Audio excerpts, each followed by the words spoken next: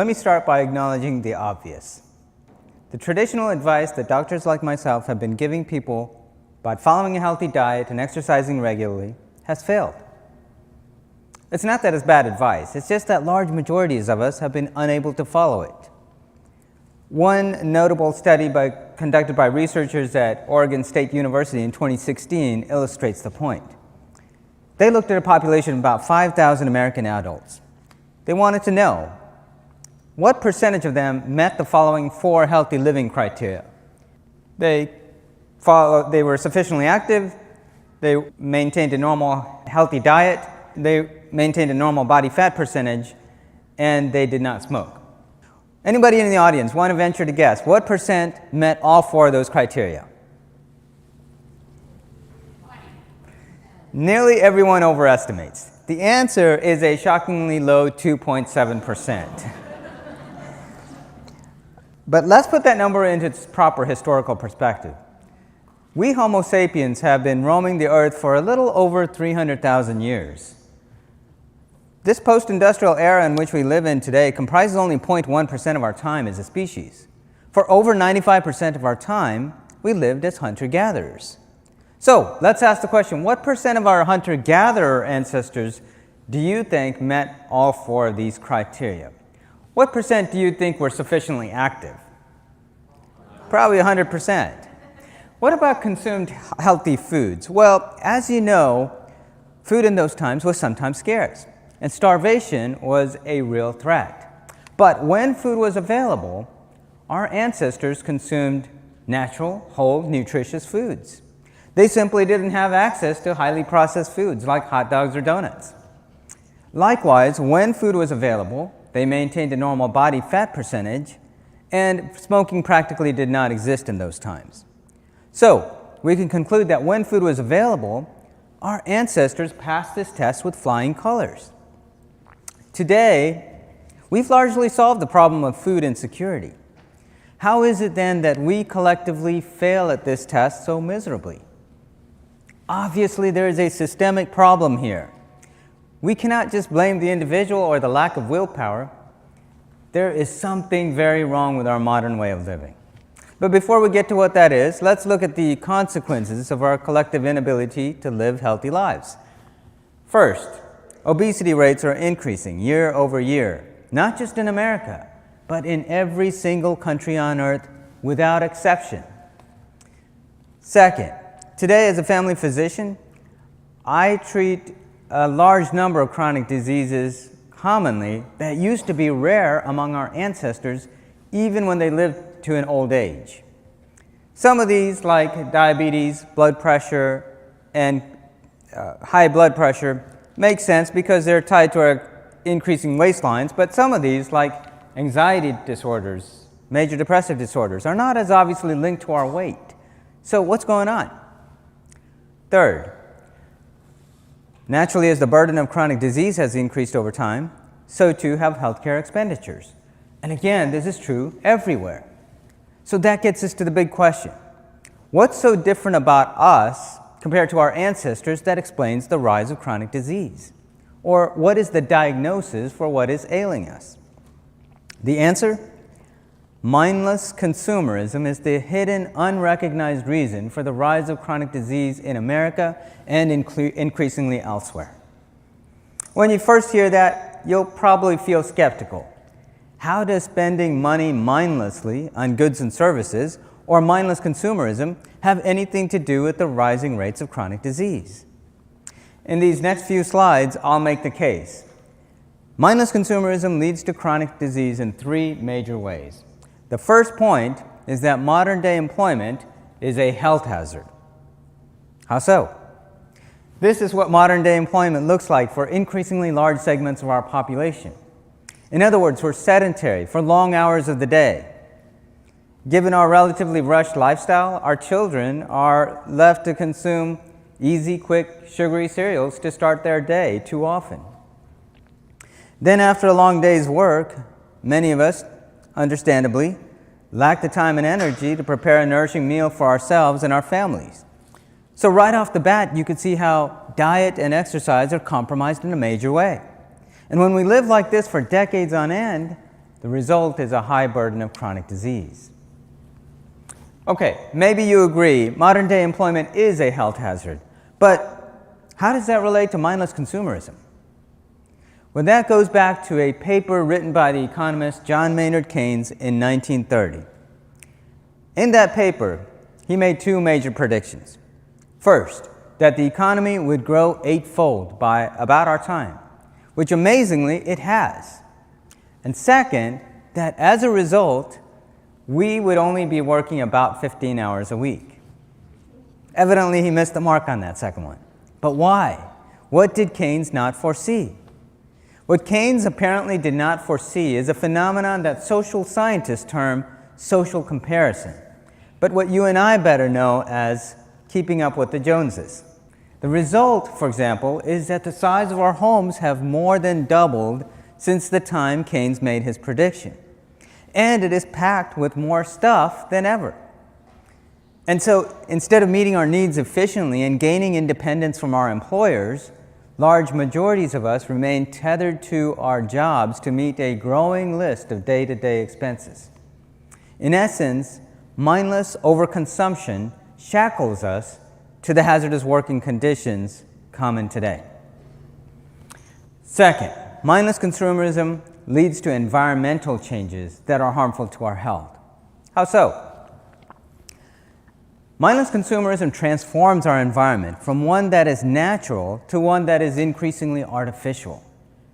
But we humans, over several millennia, have evolved in and therefore are best adapted to natural environments.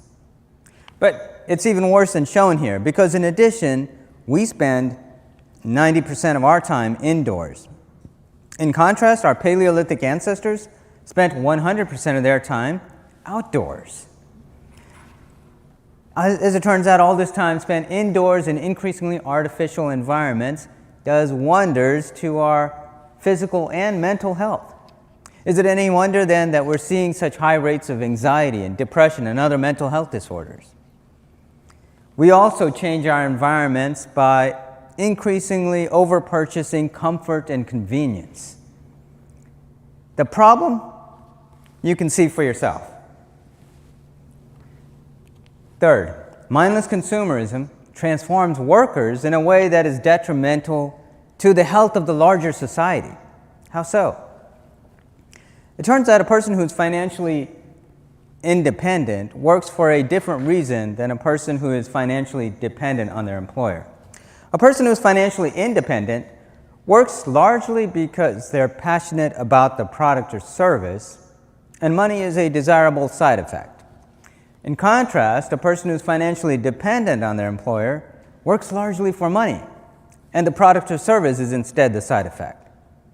Now, given that large majorities of us are dependent on our employer for our expenses, this has profound consequences across a range of industries.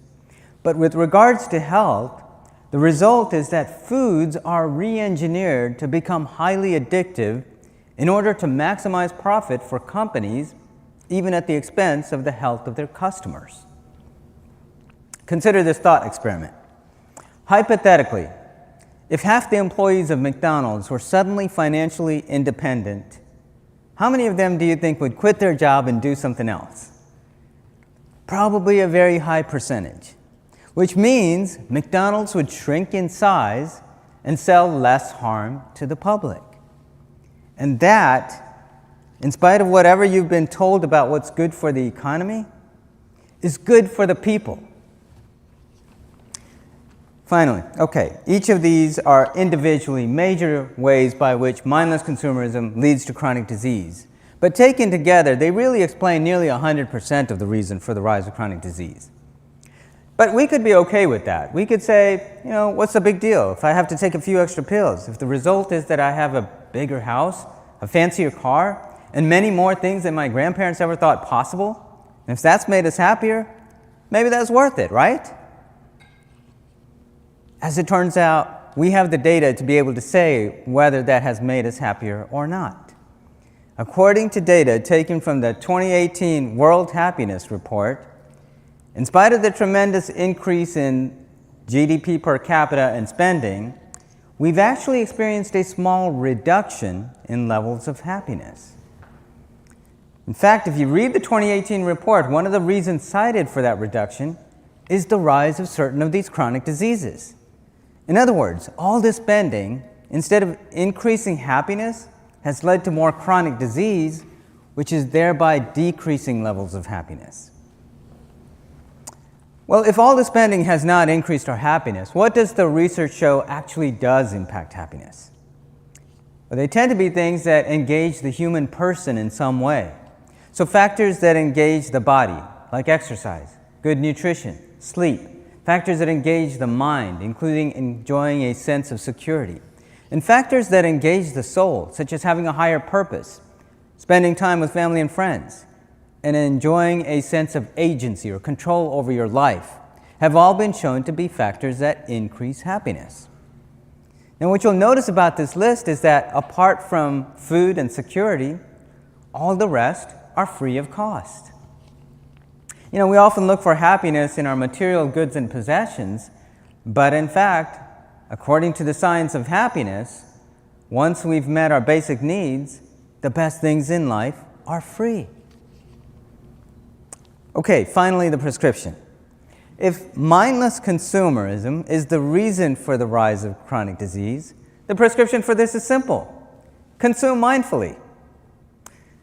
But of course, if we were to stop here, we might convince a few noble, high-minded individuals, like the kind of people in this picture, to consume more mindfully in order to live healthier lives.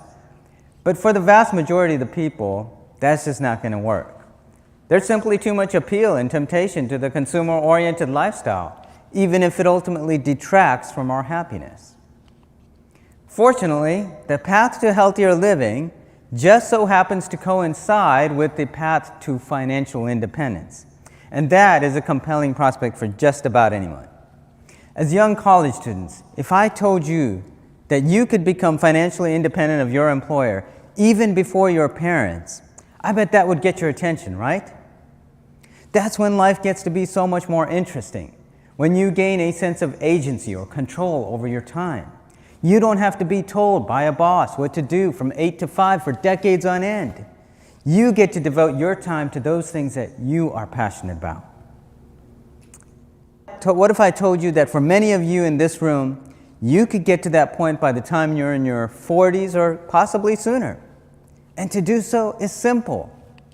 Once you understand the science of happiness and consume mindfully, you'll be able to invest far more than the typical financial expert even thinks is possible. Instead of investing 10 or 20% of your income, once you understand that based on the science of happiness, once you've met your basic needs, the best things in life are free, you'll be able to invest 30, 50, or even 70% of your income to become financially independent in as little as a decade or two. And that possibility at such a young age, and the freedom that affords, is in my experience enough to convince nearly everyone to rethink mindless spending. Okay, but how do we know if our spending is mindful or not, right? Well, I don't want to be overly prescriptive and tell you what to buy or not to buy, but let me offer you this guide to consider when you're deciding whether to make that next purchase or not. First, take a moment to appreciate what you have, and you'll automatically need to spend less. Assess. Assess if what you're looking to buy is likely to increase happiness based on the science of happiness, or might it actually detract from happiness, perhaps by undermining health or social connections. And finally, consider agency.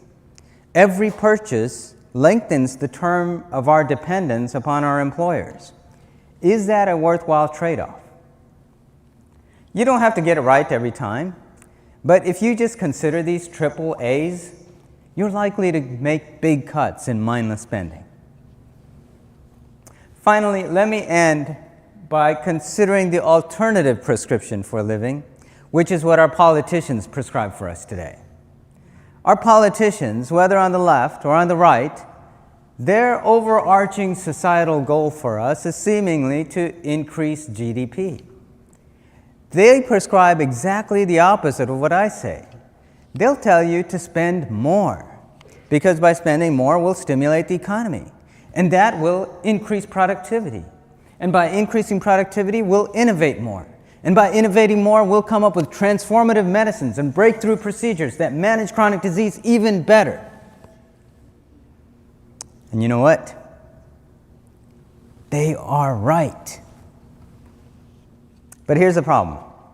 We have to differentiate between chronic disease management on the one hand and healthy living on the other.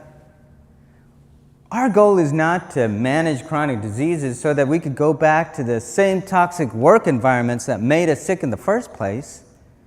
We're not cogs in a machine interested in increasing productivity. We are human persons. We're interested in our health, our well-being, and ultimately our happiness. We don't need some future innovation or technological breakthrough to become healthy. Healthy food, exercise, good sleep, time spent outdoors are already available for us today, if only we are free enough to be able to take advantage of it. So we have a choice to make. Either we could follow the prescription our politicians prescribe and spend ever more, increase productivity, and grow GDP endlessly, or we can follow the science of happiness and thereby consume mindfully in order to live a life that is happier, healthier, wealthier, more engaging, and simply better. Thank you.